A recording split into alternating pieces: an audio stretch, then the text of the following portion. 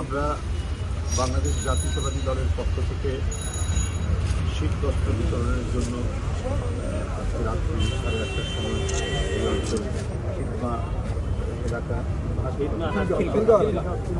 খিলগাঁও এলাকায় আমরা শীতবস্ত্র বিতরণের জন্য এখানে উপস্থিত হয়েছি। আপনারা জানেন, দেশে যখন গভীর সংকট, কথা বলা খুব বিপজ্জনক পরিস্থিতি, গণতন্ত্র একেবারে গোরস্থানে অবস্থান করছে, শেখ হাসিনার দুঃশাসন এবং দুর্বিনীত যে তার যে শাসন, এর মধ্যে গোটা জাতি শ্বাসরুদ্ধকর পরিস্থিতির মধ্যে পড়েছিল। তখনও জাতীয়তাবাদী দলের বিভিন্ন অঙ্গ সংগঠন, জাতীয়তাবাদী দল বিএনপি এবং আমাদের সমর্থিত যারা রয়েছেন বিভিন্ন শ্রেণী পেশার মানুষ, তারাও কিন্তু দিন রাত শীতার্ত মানুষের পাশে দাঁড়িয়েছেন, তারা শীতবস্ত্র বিতরণ করেছেন। ঠিক তেমনিভাবে সমস্ত জাতীয় যে প্রাকৃতিক দুর্যোগগুলো, প্রচণ্ড বন্যা, খরা এবং আপনার যে জলোচ্ছ্বাস, সেই সময় ছুটে গেছে বাংলাদেশ জাতীয়তাবাদী দলের নেতৃবৃন্দ এবং কর্মীরা।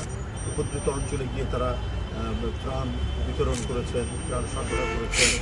কোভিডের সময় দিন রাত, আপনারা নিশ্চয়ই জানেন যে দিন রাত কাজ করেছে বিএনপি এবং এর অঙ্গ সহযোগী সংগঠন যেগুলো রয়েছে, তারা সেখানে দিন রাত কাজ করে সেই ভয়াবহ কোভিডের মধ্যেও উপদ্রুত মানুষের কাছে, কোভিড আক্রান্ত মানুষের কাছে গিয়ে তারা সহযোগিতা করেছে, সহায়তা করেছে। এবং বিএনপি বা জাতীয়তাবাদী দল সমর্থিত বা জাতীয়তাবাদী শক্তির যে সমস্ত চিকিৎসকরা রয়েছেন, তারা জীবনের ঝুঁকি নিয়ে এই মানব সেবার কাজ এবং মনুষ্যত্বের উদ্বোধন ঘটায় এই ধরনের কাজে তারা জড়িত ছিলেন, কাজ করেছেন।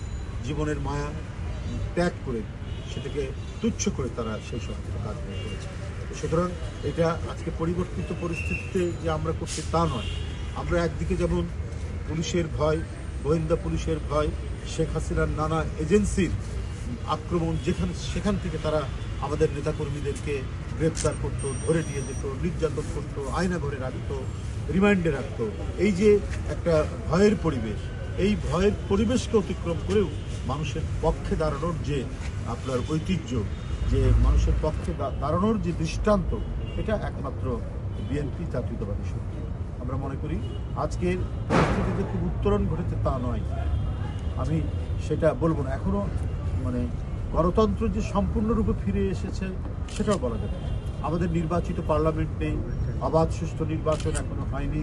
আমাদের গণতন্ত্রের রূপ কোন পথে গিয়ে দাঁড়াবে, এখানে মত প্রকাশের স্বাধীনতা নিশ্চিত হবে কিনা, সেগুলো নিয়ে কিন্তু নানা প্রশ্ন, নানা সংশয় এখনও দেখা দিয়েছে। আপনারা জানেন যে সাইবার সুরক্ষা অধ্যাদেশ যেটি জারি করা হয়েছে, এখানে বিভিন্ন বিধি কুবিধি আমরা যেটা দেখছি, সেখানে কিন্তু যে মত প্রকাশের স্বাধীনতা যে নিশ্চিত হবে সেটা কিন্তু আমরা দেখতে পাচ্ছি না। সেখানে আইন শৃঙ্খলা বাহিনীর হাতে বিস্তৃত ক্ষমতা দেওয়া হয়েছে এবং যেখানে আইন শৃঙ্খলা বাহিনীর কাছে মানুষ এখনও ভুক্তভোগী মানুষ, কেউ যদি তার প্রতিকারের জন্য যায়, এখনও কিন্তু প্রতিকার পায় না। কারো বাসায় দুর্বৃত্তরা আক্রমণ করছে, কারো বাসায় গিয়ে হুমকি দিচ্ছে, এগুলো দমন করার দায়িত্ব হচ্ছে প্রশাসনের। যে প্রশাসন এই কাজগুলো করতে পারেন না, মানুষ অসহায় হয়ে চলে আসে এবং অনেক ভুক্তভোগী মানুষ থানায় গিয়ে ডায়েরি পর্যন্ত করে না, যে এখানে ডায়েরি করে কোনো লাভ নেই, কারণ আমরা কোনো প্রতিকার পাবো না। সেইখানে যদি এই সাইবার সুরক্ষা অধ্যাদেশ 2024 এর মতো একটি আইন করে, যেখানে আপনার এদের সরকারের এজেন্সিগুলো এবং আইন শৃঙ্খলা বাহিনীর হাতে যে ব্যাপক ক্ষমতা দেওয়া হয়েছে, সেখানে যে এটার সঠিক প্রয়োগ হবে, সেখানে যে সত্যিকার অর্থে আপনার যারা দুর্বৃত্ত শুধুমাত্র তারাই আইনের আওতায় আসবে, আমরা এটা মনে করছি। কারণ এখানে অনেক বিষয় তারা বলেছেন, যে জাতীয় নিরাপত্তা, তারপরে প্রতিরক্ষা,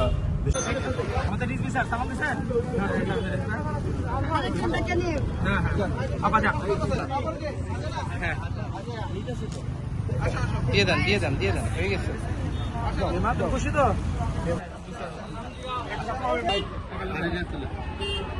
রহিমন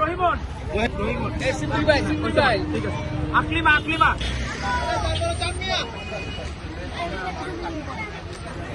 তারপরে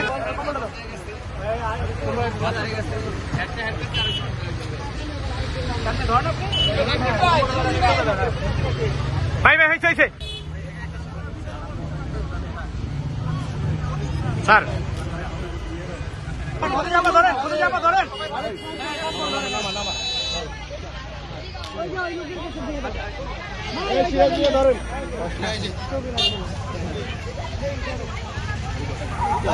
ওকে আলম ভাইয়া থ্যাংক